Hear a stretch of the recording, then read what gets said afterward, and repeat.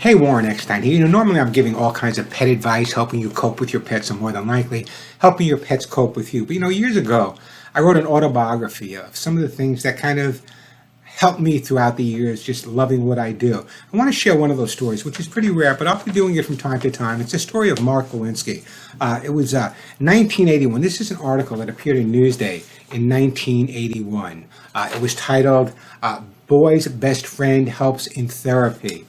At that point, 1981, I was the head instructor for an organization called Assistance Dogs International.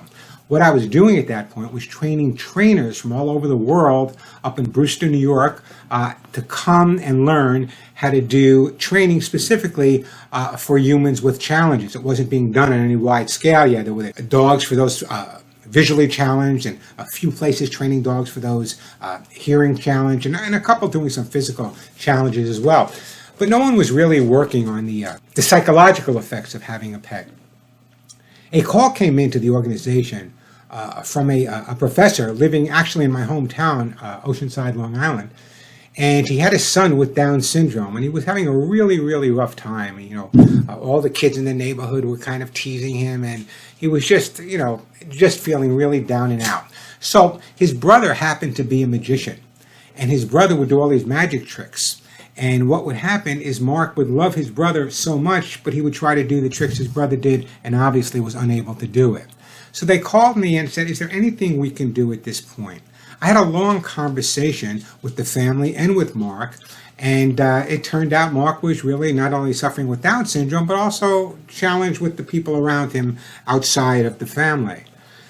So I had a long talk, and I said, what's your favorite movie or TV show? And he said, I love the show Sandy, and Annie, and Sandy was Annie was one of the number one shows on Broadway at that time, I guess, or near about, so the movie came out, or something like that. Anyway, he wanted a dog that looked like Sandy, and I scoured shelters, and at that point, I couldn't find a Sandy-looking dog, so I found this kind of dog that, if you use your imagination, may resemble Sandy a little bit, and of course, Mark named it Sandy, and I adopted it, and I spent a month or two working with him very, very carefully.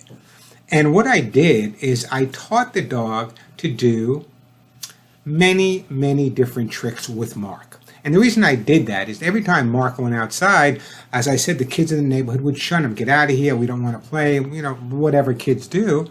Not blaming the kids, but that's kids.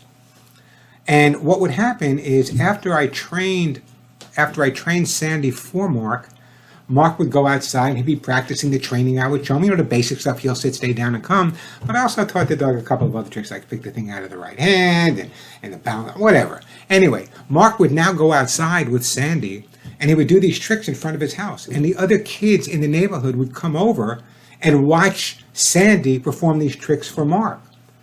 And in a matter of weeks, Mark established a relationship, an incredible relationship. This dog was the catalyst for the rest of his life.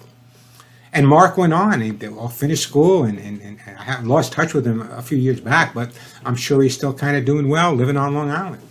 Just an interesting story, because everyone said, Mark was depressed, and nothing could be done. And I just battled and battled and battled. I said, I know the benefits of living with animals. I've lived with them my whole life. I've worked with them my whole life.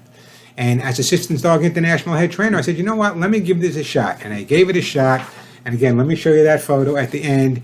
Here is Mark, happy as lark. I know it's not a great photo. It's many years ago, 1981, hugging Sandy, became best friends and really successful. And again, all the kids in the neighborhood became Mark's best friend. Just a little story I wanted to share with you guys. I'll share some more in the future, but I'll get back to tips, I promise, next week. I'm Warren Eckstein. Don't miss the pet show.